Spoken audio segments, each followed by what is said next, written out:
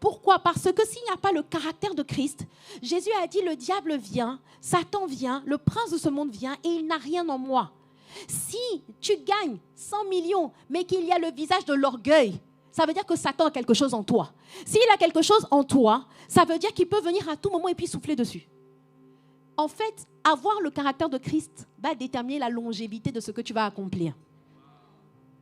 Quelqu'un a dit, Seigneur, ne m'emmène pas à un niveau où mon caractère n'a pas suivi. Donc là, on va commencer à faire un exercice. Je ne sais pas si je vous donne d'abord je vais vous donner d'abord les caractéristiques de la vision. Mais tu dois savoir que tu dois avoir une vision en termes d'être et une vision en termes de faire. OK?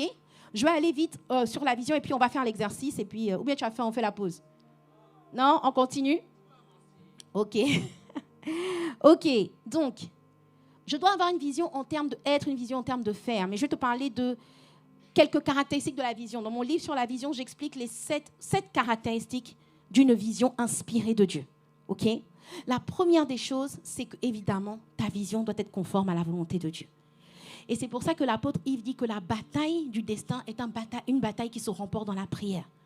Tu dois régulièrement demander à Dieu, Seigneur, révèle-moi, montre-moi le chemin que je dois suivre. OK? Mais je répète, il ne va pas forcément te montrer tout, mais un pas après l'autre. Il va te dire, on va en parler après, mais il peut te demander de servir une personne. Tu es en train de faire un pas vers ta vision. Un pas après l'autre. OK? Donc la vision doit être conforme à la volonté de Dieu. Ma vision c'est pas mon ambition. C'est pas que j'ai une ambition et puis je dis à Dieu, suis-moi dans mon ambition. C'est pas que j'ai une ambition, j'ai un plan de carrière et puis Jésus est le Seigneur, c'est pas l'esclave. C'est pas mon serviteur. C'est pas parce qu'il y en a qui disent, oui, je vais m'engager en politique et puis dit, Seigneur, étends ta main. Non, je dois m'assurer que c'est la volonté de Dieu. Ça a l'air basique ce que je dis, mais je préfère le préciser. Okay? Premièrement, ma vision doit être conforme à la volonté de Dieu. Deuxièmement, ma vision doit être grande. Dis avec moi, ma vision doit être grande. Oh, je ne vous entends pas. Vous êtes ici ou bien vous êtes parti à la maison? Ok, ma vision doit être grande. Quelqu'un a dit, je préfère viser haut et avoir le torticolis que de viser bas et d'avoir le dos bossu. Je répète, je préfère viser haut et avoir que de viser bas et d'avoir le dos. Ok?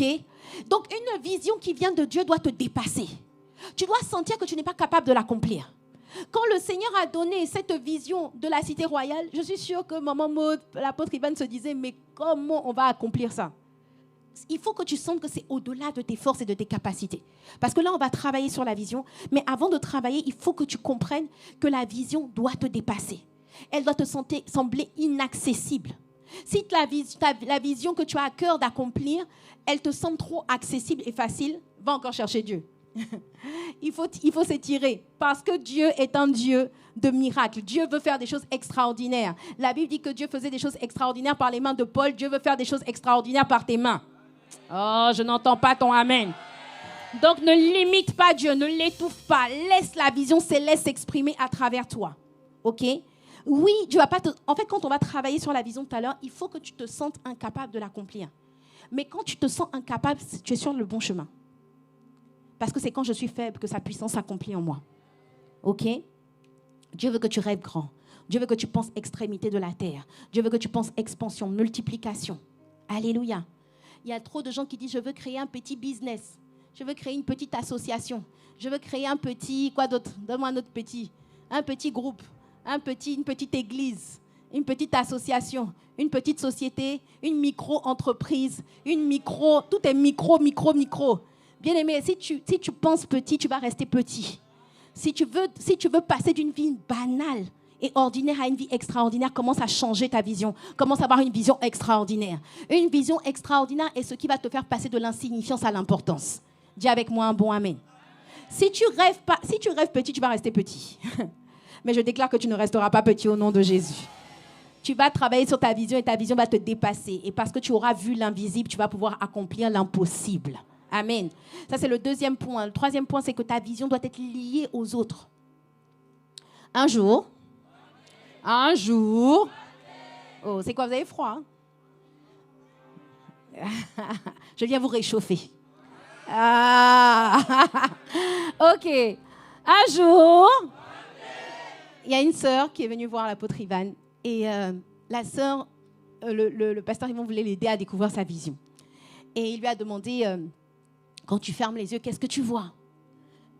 Quand tu fermes les yeux, qu'est-ce que tu vois? La sœur a dit oui, je me vois en train de chanter. Je vois, vous connaissez le témoignage, je vois ma voix retentir dans des stades avec des milliers de places, au Stade de France.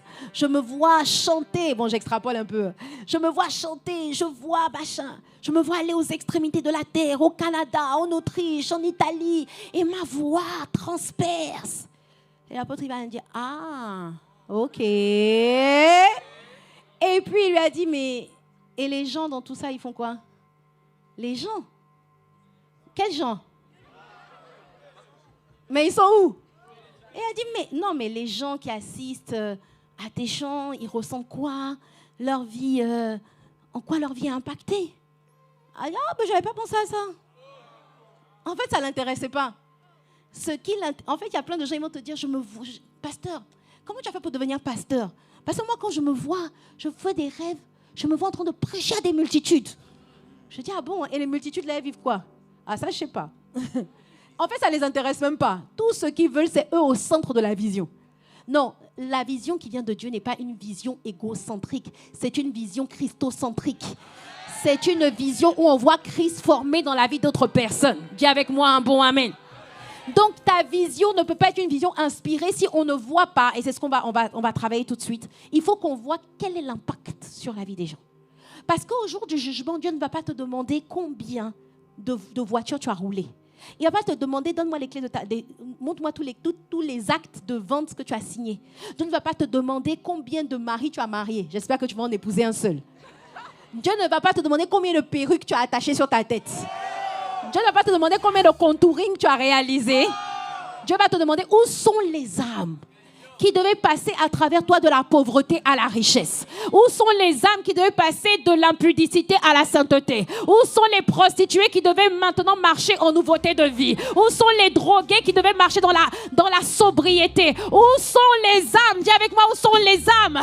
Ce qui intéresse Dieu, c'est qu'est-ce que ça produit dans la vie des gens. Tu dis non, moi Dieu m'appelle à créer des grands projets, ça produit quoi dans la vie des gens? En fait, le fruit de ton sol est au service du fruit de ton troupeau.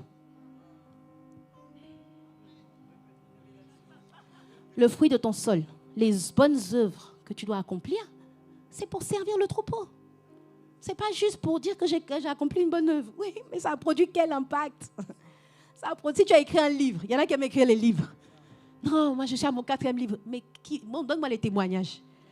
Tu ferais mieux de venir nous aider à écrire les livres de l'apôtre Ivan. Bon, je referme la parenthèse. Alléluia. Amen. Donc, le but n'est pas d'écrire pour écrire, de faire pour faire. Il faut qu'il y ait un impact dans la vie des gens. Ma vision doit être liée aux autres. Dis avec moi un bon amen. 4e, bien souvent, ta vision va être inclue dans la vision je répète. Bien souvent, votre vision est contenue dans une vision plus grande et plus globale que la vôtre. Bien-aimé, je répète. Bien souvent, la vision de Dieu pour ta vie va se manifester quand tu vas travailler à l'accomplissement d'une vision plus grande que la tienne. Une vision globale. Est-ce que tu me suis? Tout le monde n'est pas appelé forcément à être le PDG de Google, le CEO de Amazon. Tout le monde n'est pas appelé à être le pasteur principal de la plus grande église francophone dans le monde. Dis avec moi un bon amen. Mais en contribuant à écrire l'histoire de cette plus grande église, l'histoire de cette entreprise, l'histoire de cette association, en apportant ta partition, tu es en train d'accomplir le but de Dieu pour ta vie. Je précise ça parce que les chrétiens sont spécialistes, donc je dois créer ma propre entreprise. Oui. En fait, non, parce que en fait, tu vois, des fois, je vois une sœur qui a créé une agence de com'. Et puis après, je vois une autre sœur qui a créé une agence de com. Et puis après, je vois une autre sœur qui a créé une agence de com. Et puis je vois une autre sœur. Je dis, mais pourquoi vous ne vous associez pas? Ah non. Moi, Dieu m'appelle à créer ma propre entreprise. Ma propre. C'est l'orgueil qui te fait parler. En fait, c'est pour ça que ton entreprise est là où elle est. C'est pour ça que depuis, ça ne porte pas de fruits. Parce que quelqu'un a dit que le chiffre 1 est trop petit pour accomplir des exploits. Je répète, le chiffre 1 est trop petit pour accomplir des exploits. Ça veut dire que des fois, tu dois te placer sous l'autorité de quelqu'un. Et bien souvent même. C'est en te plaçant sous l'autorité de quelqu'un que tu vas accomplir le but de Dieu pour ta vie. Dans tous les cas, écoute-moi bien. Si tu n'as pas été fidèle dans les petites choses, Dieu ne te donnera pas. Il dit, si vous n'avez pas été fidèle à autrui, qui vous donnera ce qui est à vous? Ça veut dire quoi? Ça veut dire que, en fait, tu peux rentrer dans quelque chose qui est à toi. C'est-à-dire, c'est ton entreprise, c'est ton église, c'est ton association, c'est ton projet, ton, là, pronom possessif. Mais Dieu dit que si tu n'as pas été au préalable fidèle à autrui, s'il n'y a pas un autrui, une autorité, une référence dans son domaine qui peut attester que tu as été une grande source de bénédiction en le déchargeant, Dieu dit, Jésus dit, qui vous donnera ce qui est à vous? Ça veut dire que tu peux être entré dans ce qui est à toi, mais ce n'est pas Dieu qui t'a donné. Je dis que ce n'est pas Dieu qui t'a donné. Ce n'est pas Dieu qui t'a donné. Parce que Dieu ne donne pas ce qui est à toi tant que tu n'as pas été fidèle à autrui. Dieu ne fait pas ça. Il ne procède pas de cette manière. Vous savez, un jour, il y a une sœur qui servait avec moi. Et la sœur était... Bon, il ne faut pas que je donne trop de détails. La sœur était d'un niveau de rébellion, mais terrible. Un jour, quand elle a quitté le département, elle m'a dit, ouais, tu es une dictatrice. Elle me dit, à l'époque, je n'étais même pas pasteur, je crois. Elle dit, Juliana, hein, les trucs, quand tu reprends les gens, là, n'essaie même pas d'arriver sur moi. Mais je vous assure, elle m'a sermonné bien comme il faut. Et puis après, elle a quitté le département. Et puis quand elle a quitté, elle a commencé à faire des conférences. Elle a commencé à prendre le micro partout. Et puis les sœurs qui étaient avec nous, elles me disaient, mais Tata Ju, regarde la sœur là, elle a quitté, elle prospère. Hein. Je dis, elle ne brille pas. C'est étoile filante. Ce n'est pas étoile brillante. Pourquoi? Je n'ai pas besoin d'être prophète. Et d'ailleurs, on n'entend plus parler de la sœur. Mais pendant longtemps, programme ici, conférence là, machin, tu avais l'impression que waouh, elle est rentrée dans son appel. Ça complexait même les gens qui travaillaient avec moi. Ils disaient, mais elle au moins, elle est productive, elle accomplit. Je lui ai dit, ça ne va pas durer. Parce que Dieu, en fait, si l'Éternel ne bâtit, celui qui bâtit, bâtit en vain. Si Dieu n'est pas la fondation de ce que tu fais est vain. Et pourquoi et à quel moment un élément qui m'indique que Dieu n'est pas avec toi, c'est que en fait, ce que tu as fait, tu l'as fait avant d'être fidèle à autrui. Toi-même, tu allais prendre le ministère. Toi-même, tu allais prendre une entreprise. Alors qu'en fait, il y avait un autrui. Il y avait une autorité qui avait besoin que tu la décharges afin qu'ensemble, vous puissiez écrire l'histoire de l'expansion du royaume. Tu as dit non, je laisse ça. Ça ne m'intéresse pas. Je vais construire mon propre ministère. Je vais ouvrir mon propre projet. Et tu es rentré dedans, mais Dieu n'est pas avec toi. Dieu n'est pas avec toi. Non, ça seulement c'est mon message. Je peux te prêcher ça toute la journée. Donnez-moi un camp sur la fidélité à autrui. Alléluia. Alléluia.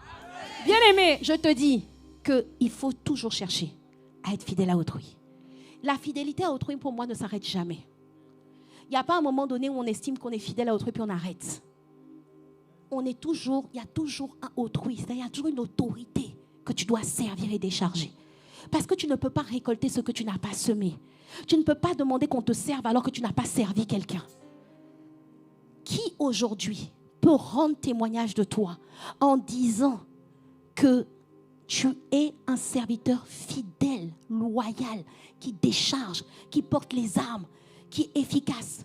Et je vois trop ça à l'église. On te demande de faire un travail, tu ne le fais pas. Par contre, après, on te voit sur les réseaux sociaux. Alors, à partir d'aujourd'hui, j'ouvre ma chaîne. Je suis l'influenceuse Intel. Tu influences qui? Tu n'as même pas fini la moitié de ce qu'on t'a demandé, mais tu veux rentrer dans ce qui est à toi. Toi-même, tu prends le ministère. Ce n'est pas Dieu qui te l'a donné. Toi-même, tu as pris un micro, Dieu ne te l'a pas donné. Toi-même, tu as pris un trône que Dieu ne t'a pas donné. Pourquoi? Parce que Dieu veut d'abord que je sois fidèle à autrui. Et je vous assure que personnellement, c'est mon histoire. Je ne peux pas me souvenir d'un seul jour où Dieu m'est apparu pour me dire, à partir d'aujourd'hui, je t'appelle à ceci, je t'appelle à cela. Non. Je me souviens que c'était il y a 18-19 ans. Je suis partie en Angleterre, à KICC chez Pasteur Mathieu. Il y avait une conférence. À cette époque, je venais d'arriver ici, j'étais mère célibataire. J'avais mon bébé dans mon kangourou. J'arrive, je vais à KICC et puis le pasteur Mensa Otabil prêche justement sur la fidélité à autrui. Ce message m'a retourné et il va te retourner aussi aujourd'hui. Ce message a fait un shift dans ma vie. Il a expliqué comment David est devenu David parce qu'il a solutionné les problèmes de Saül. Il a expliqué que David n'a pas terrassé Goliath. David a terrassé le Goliath qui injuriait Saül. Est-ce que tu me suis? Là où tu es, il y a des Goliaths qui injurient les Saül qui sont au-dessus de toi. Mais toi, tu n'en as que faire. Tout ce que tu veux, c'est accomplir ton truc à toi. Dieu ne va pas t'élever. Est-ce que tu comprends ce que je veux dire? Quand je suis revenue dans l'Angleterre, j'étais broke j'étais d'un niveau de broqueté à cette période de ma vie, à tous les niveaux. Mais j'ai compris. J'ai commencé à prier. J'ai dit, Seigneur, ton serviteur, l'apôtre Ivan. Non, d'abord, ce n'était même pas l'apôtre Ivan. J'avais pasteur Célia au-dessus de moi. Et puis, je travaillais avec elle. Et j'ai commencé à prier. Je disais, Seigneur, inspire-moi des projets. Et puis, j'ai vu des choses qui n'allaient pas. Je lui ai présenté un projet. Et quand je lui ai présenté le projet, elle a présenté au pasteur Yvan. Le pasteur Yvan lui a dit, qui a fait le projet? Et puis, au fur et à mesure, c'est retombé sur moi. Et j'ai commencé à travailler comme ça avec l'apôtre Ivan. Et quand j'ai commencé à travailler avec lui, bien aimé, tout le monde me disait, ce monsieur est trop compliqué. Il est trop exigeant. Tu ne vas jamais réussir à le satisfaire. Et quand j'ai commencé à travailler, j'ai vu que waouh, c'est vrai que le niveau est haut, c'est pas petit. Mais j'ai commencé à crier à Dieu. Je vous assure, tous les jours, avant de commencer ma journée, je criais à Dieu. Je disais, Seigneur, il a tellement de charges. Il prêche à 4 cultes à l'époque à Ivry. Je dis, Seigneur, donne-moi juste la grâce de capter son esprit. Accorde-moi juste la grâce de comprendre, d'anticiper ce qu'il pense, de penser comme il pense, de voir comme il voit. Accorde-moi juste la grâce, parce que tu ne peux pas décharger quelqu'un si tu n'as pas son esprit. Je disais, Seigneur, accorde-moi juste la grâce. Je veux être une solution, parce que ça me faisait mal au cœur. Le monsieur prêche à 4 cultes. Il vient le lundi matin, il arrive, il valide les flyers, il valide les trucs. Je me dis, mais purée, il doit se reposer. Il fait sa part. Quelqu'un d'autre ne peut pas faire cette part-là. Et j'étais en colère. Je disais, Seigneur, donne-moi son esprit. Donne-moi. Les amis, j'avais reçu, il n'y avait pas les enseignements sur capter l'esprit, tout ça. Mais je savais que je dois penser comme lui. Je dois réfléchir comme lui. Je dois, en fait, mon objectif, c'était que quand je fais quelque chose, il n'y ait plus rien à redire. Et j'ai commencé à crier à Dieu comme ça. Et au début, je criais à Dieu. Je me rappelle qu'un jour, il est parti aux États-Unis. Et quand il est parti aux États-Unis, il a vu comment on fait les cours. Il a vu qu'il était allé à Life Church. Et il a vu là-bas qu'en fait, les cours, l'équivalent des cours 101, 201, là, il a vu qu'en fait, on projetait juste une vidéo qui était préenregistrée. Et puis ensuite, les gens regardaient la vidéo du pasteur. Et puis, ils avaient un manuel. Et puis, ils faisaient des exercices. Bon, ça te paraît normal aujourd'hui. Mais en fait, avant, ça n'existait pas. Hein. Ça n'existait. En fait, tu as l'impression que ce n'est pas une innovation. Mais c'est une innovation. Au commencement, il n'en était pas ainsi. Donc, avant, il fallait que le frère Mira, le frère Christian, vienne donner cours 101. Sinon, il n'y avait pas cours 101. OK? Il n'y avait pas de vidéo préenregistrée. Et quand il est venu, aujourd'hui, ça ne paraît rien. Quand il est revenu, il a dit, oui, je sens qu'il faut qu'on fasse ça et tout ça. Et puis, on était avec pasteur Ghislain à l'époque, le frère Ghislain. Et puis, on a dit, bon, on va faire les vidéos. Et puis, quand on a dit qu'on va enregistrer les vidéos, il est venu le premier jour pour enregistrer. Pasteur Yvan vient, il enregistre. 1 heure de vidéo. Première session du cours 101. Deuxième session du cours 101. Troisième session du cours 101. Quatrième session. Au bout de 10 sessions, on lui dit, en fait, il n'y avait pas le son dans l'enregistrement. Le pasteur Yvan s'est fâché. Il a dit, je ne viens plus. Il a dit, je ne viens plus. Donc, pasteur Ghislain et moi, on a dit, bon, ok, on va faire une simulation. On a enregistré la vidéo. Pasteur Ghislain jouait le rôle de pasteur Yvan. Et puis moi, j'étais derrière, je faisais les décors et tout. Bien aimé, je n'avais fait aucune formation en production visuelle. Il y avait juste un cœur qui voulait décharger l'autorité. Il y avait juste un cœur. Et donc, on commence comme ça. On enregistre la vidéo. Et puis à l'époque, on a enregistré la vidéo. Et puis on a mis... Parce que dès qu'on lui disait, pasteur, on veut au sujet des cours 101, il dit, ne me parlez plus de ça. Il était traumatisé par notre médiocrité. Il dit, ne me parlez plus de ça. Donc on s'est dit, mais comment on va faire? Parce qu'on sait en même temps que c'est un fardeau pour lui, mais en même temps, on avait réussi à le dégoûter. Donc qu'est-ce qu'on a fait? On a enregistré. Pasteur Ghislain a joué le rôle de l'apôtre Ivan. Il a enregistré les vidéos, puis on a mis ça sur un CD. Et puis après, on est venu, on a déposé ça dans la boîte aux lettres du pasteur Ivan. Puis on lui a dit, pasteur, il y a quelque chose dans ta boîte aux lettres. Après, il a pris, il a regardé le CD. Il a dit, ah ouais, pas mal. Il a dit, ok, je peux venir enregistrer. C'est ainsi que les premiers cours 101 en vidéo ont existé. Amen. Après cela, bien aimé, je ne te raconte pas ça pour me vanter. Je te raconte ça pour t'expliquer comment on rentre dans sa destinée. Suis-moi bien. Après ça, parce qu'il y avait le cours, mais il fallait qu'il y ait le manuel d'exercice. OK? Et à l'époque, aujourd'hui, on a tout le temps des exercices dans les cours et tout. Vous trouvez ça normal? À l'époque, il n'y avait pas ça.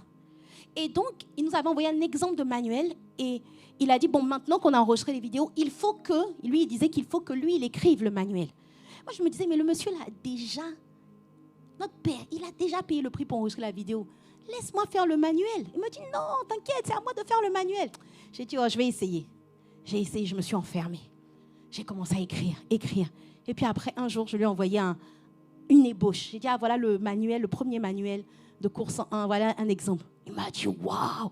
Il m'a dit, mais tu as une vraie grâce. Il faut que tu continues. Et je me rappelle même une fois, quand il me voyait traîner dans les couloirs de l'église, il me disait, qu'est-ce que tu fais là? Va écrire le manuel 101. Et donc, je vous assure, c'est comme ça que j'ai développé la grâce de concevoir des formations, de concevoir des programmes pédagogiques. Par la grâce de Dieu, j'ai pu concevoir des programmes pédagogiques pour même des formations en entreprise, en matière de gestion du temps, en matière de productivité, en matière de prise de parole en public, de leadership, de management, dans plein de domaines. Bien-aimés, je vous assure que personnellement, j'étais une personne qui était convaincue qu'elle n'avait pas de talent et de don. Qu'est-ce qui m'a sauvée? Le désir de décharger les pairs. C'était tout. Et jusqu'à aujourd'hui, je vous assure que même la première fois que j'ai pris la parole en public pour faire une formation, c'était la formation 300 heures à l'époque. Découvrez votre appel, accomplissez votre destinée. Et à l'époque, comme je vous disais, c'était que les frères Christian, Mira, tout ça qui faisaient les formations.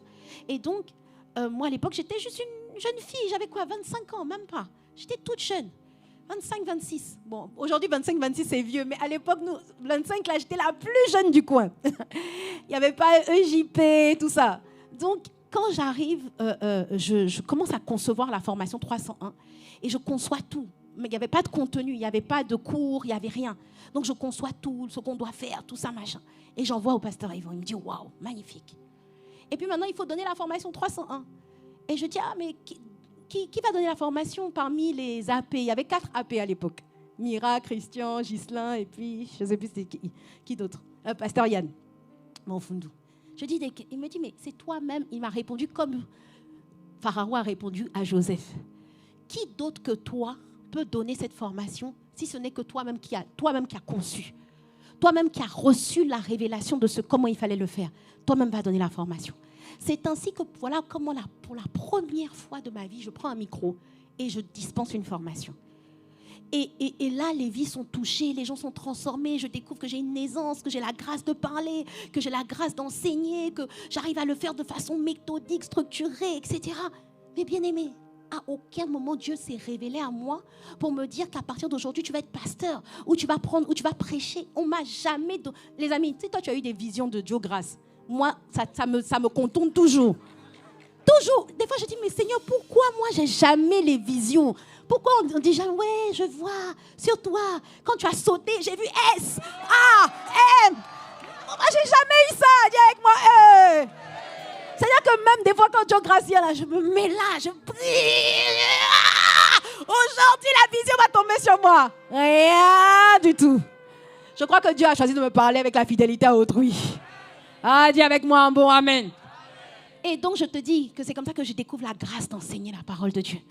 Tout ce que je fais aujourd'hui a été découvert, pas par ambition, même pas par vision, pas par songe, mais en tentant de résoudre un défi majeur d'une autorité, de mon père spirituel, l'apôtre Ivan.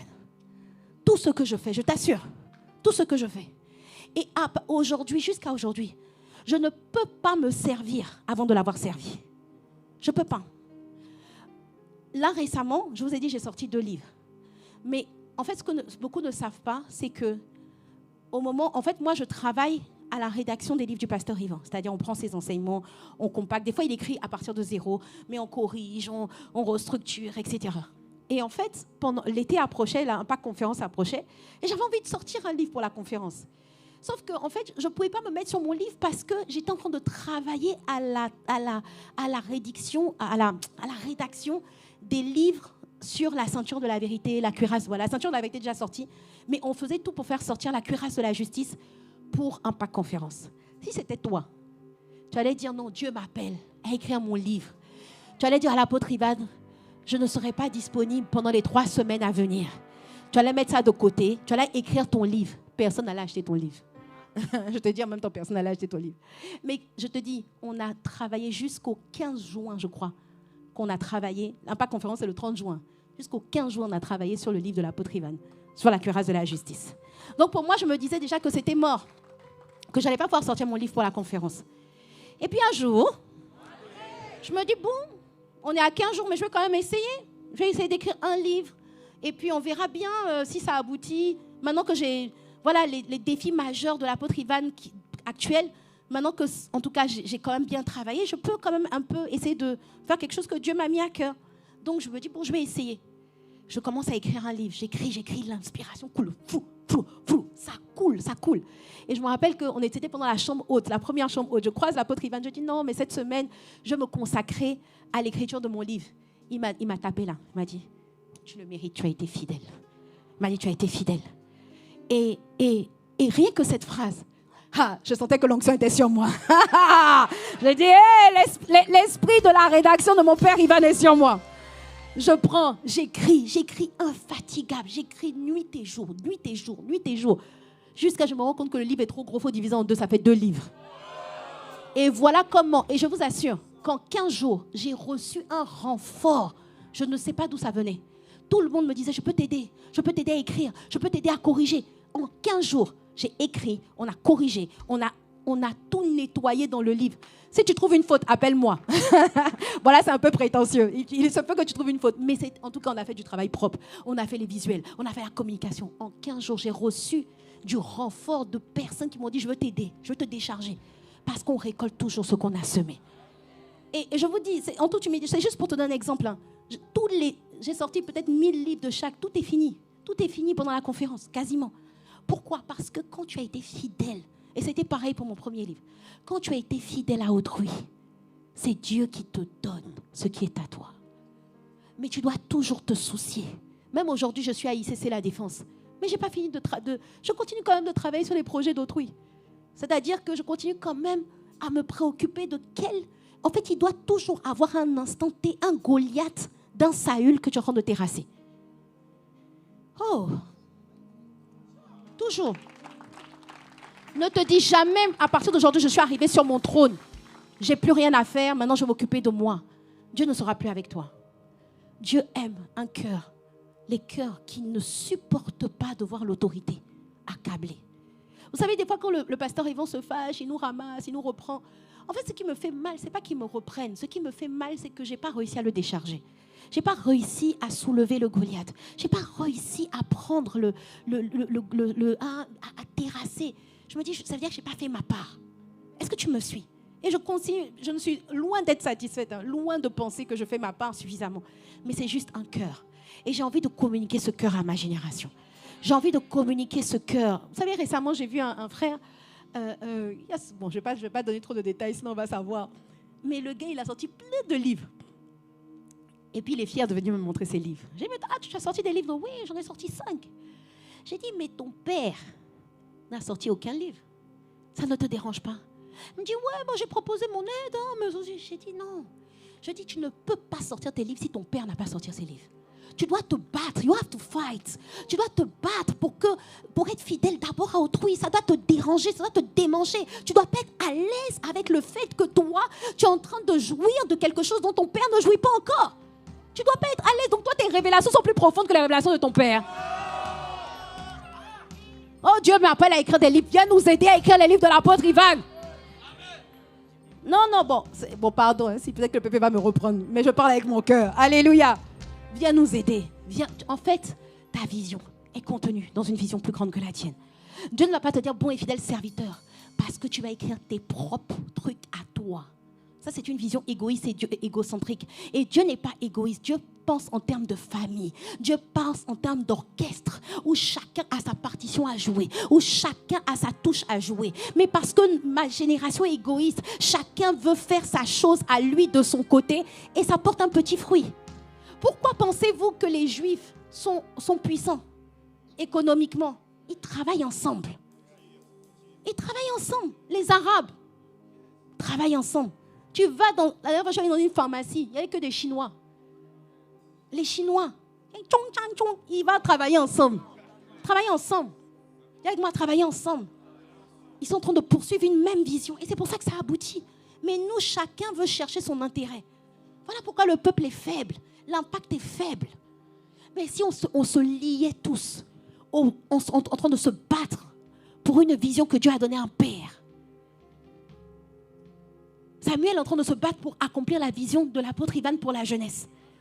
Et toi qui es jeune, tu dois te battre pour accomplir, pour le décharger lui, pour qu'ensemble puissiez accomplir la vision que Dieu a donnée à... Mais c'est comme ça. C'est comme ça. C'est comme ça qu'on accomplit de grandes choses. C'est comme ça, bien-aimé. Je n'ai pas... C'est pour ça que les gens me disent... Des fois, il y a des gens qui viennent me dire, oui, Pasteur Joanna, je bénis Dieu pour ton ministère. Je dis, moi, je n'ai pas de ministère. Je n'ai pas de ministère, moi. La Bible dit, Josué, serviteur de Moïse. Moi, Juliana, serviteur d'Ivan. C'est comme ça que je me définis. Si l'apôtre Ivan veut que je travaille pour développer une école, je vais travailler pour développer une école. Si le décharger consiste, à l'époque, j'ai organisé les événements. Pendant 10 ans, c'est moi qui supervisais Impact Conférence. Pourquoi? Pas parce que j'aimais ça, parce que j'étais en train de porter les armes. Maintenant, s'il dit, je veux que tu ouvres des familles d'impact partout, je vais le faire. C'est pour ça que tu me vois faire beaucoup de choses. C'est pas parce que je m'ennuie, c'est parce que je suis en train de... Parce que celui qui est né d'esprit est comme le vent. On ne sait d'où il vient ni là où il va. Donc si aujourd'hui son fardeau, c'est de multiplier les familles d'impact, ben je vais prendre le fardeau. Est-ce que tu me suis? Donc en fait, je ne me sers pas moi-même. Josué, serviteur de Moïse. Josué est devenu grand en servant Moïse. Josué n'a pas servi sa vision, il a servi la vision que Dieu a donnée à Moïse. Daniel ne s'est pas servi. Il a servi auprès de 3 rois païens. C'est comme ça qu'il a accompli la vision de Dieu pour sa vie. Il a servi 3 rois païens. Je parlais de Daniel, pardon. Oui, Daniel. Joseph a servi Potiphar. Bien-aimé, il y a des Potiphars auxquels tu dois être fidèle. C'est comme ça que tu vas découvrir ton appel. C'est comme ça que tu vas découvrir tes talents. Je te dis que moi, je n'étais consciente d'aucun de mes talents. En fait, quand on fait l'inventaire de tes talents, je pleurais. Je pleurais parce que je disais que Dieu m'avait oublié. J'ai essayé d'aller chez les chantres. Quand je chantais, on me donnait une offrande pour que j'arrête de chanter. Je me disais, non, mais... je me rappelle le frère Dieu, il me disait, si tu veux, je peux t'apprendre à jouer au piano. Je dis, non, Dieu m'a dit. Parce qu'il y avait un prophète qui était venu à l'église. Dans l'église où j'étais avant. Un prophète qui est venu, il m'a dit, reçois la libération de ta gorge pour chanter pour le Seigneur. Pouf! Je suis tombée. C'était la seule, unique prophétie que j'ai reçue. Et c'était une prophétie qui était fausse. Et pendant des années, j'ai fait les répétitions des chantres. J'étais au MLA. Pendant des années. Parce qu'on m'avait donné une prophétie. Et puis un jour, Dieu m'a dit, parce que j'en avais marre d'aller à la répétition, et puis je chantais jamais, on ne m'a jamais laissé chanter. On m'a laissé chanter à un mariage, un jour. Et un jour, j'en ai eu marre. Parce que je venais aux répétitions, des fois, je pleurais. Parce que je disais, mais Seigneur, si tu m'appelles à chanter, pourquoi je n'arrive pas à chanter? Parce que ton talent révèle ta responsabilité. Et moi, je n'avais pas de talent, mais j'étais convaincue. Convaincue que... Parce qu'il y avait un faux prophète qui m'avait donné une prophétie. C'est pour ça que peut-être Dieu ne permet même plus qu'on me donne des prophéties. Et un jour, Dieu m'a dit, la première personne à qui je veux révéler ton appel, c'est toi-même. Je n'ai pas besoin de passer par un prophète. Le prophète vient confirmer. Mais toi-même, tu dois avoir la conviction de là où tu dois aller. Mais là où tu dois aller, je t'assure, la route qui te permet, en tout cas, je ne peux pas t'enseigner une autre route. La route par excellence qui te permet d'accomplir ta destinée, c'est prends la vision de quelqu'un qui bat dans ton cœur. Sers, décharge, permets que la vision s'accomplisse. Et quand tu vas le faire, progressivement, tu ne sais pas, tu es en train de rentrer dans ton appel. Tu es en train de rentrer dans ton appel. Tu es en train d'ouvrir des portes. À chaque Goliath que tu terrasses, c'est des portes que tu ouvres pour pouvoir accomplir ta destinée. Est-ce que tu me suis? Tu vas découvrir tes talents. Tu vas voir comment Dieu va te donner encore même des talents, des capacités, des grâces. Dieu va ajouter à ce que tu as déjà. Parce qu'il voit que tu as un cœur qui veut solutionner les défis majeurs de Saül. Alléluia. Je crois que l'apôtre Ivan va en parler dans Impact X en détail. Mais le cœur de Dieu, c'est un cœur qui ne supporte pas de voir l'autorité chargée.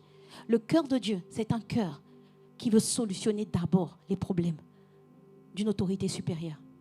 Et quand tu le fais, tu rentres dans ton appel sans te casser la tête, sans faire 40 jours de jeûne. Tu vas rentrer dans ton appel. Je déclare que tu vas rentrer dans ton appel. Je déclare que Dieu va te faire de toi une personne fidèle à autrui. Je déclare que tu ne seras pas égoïste, égocentrique. Dieu te donne son cœur, le cœur qui solutionne les défis majeurs d'autrui. Alléluia, dis avec moi un bon amen. Bon, maintenant, on doit travailler sur notre vision. On va faire une pause peut-être. OK? Pause. Alléluia. On va élever la voix. Non? Vous voulez continuer? Mais là, on va bosser. Hein. Là, c'est vous qui allez travailler. Hein? Bon. On fait, il est quelle heure? 14h35? OK. J'étais en train de te donner les caractéristiques d'une vision qui vient de Dieu. Et donc, du coup, cet après-midi, on va travailler sur l'écriture de la vision. Ensuite, on va travailler sur nos objectifs. D'ici 3 mois, il faut que tu connaisses un changement. On va travailler sur ta vision à long terme, mais on va la décliner en objectif à 3 mois. OK? Donc, ne rate pas cet après-midi. Alléluia. Je peux me passer, on va faire une longue pause, mais on va élever la voix, on va prier. On va commencer à prier. Samuel, tu peux venir prier. Lève-toi, commence à prier. Demande à Dieu. Demande à Dieu. Transforme-nous plus qu'hier. Je veux te refléter. Je veux te refléter. Transforme-nous plus qu'hier. Je veux te refléter. Ah oui, je veux te refléter. Transforme-nous Plus qu'hier. Ah oui, plus qu'hier. Je veux te refléter. Ah oui, je veux te refléter. Transforme-nous.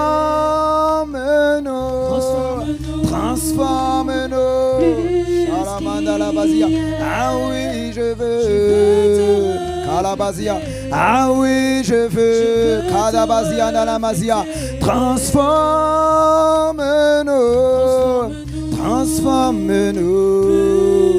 Oh Seigneur, merci de ce qu'en cette saison tu nous transformes.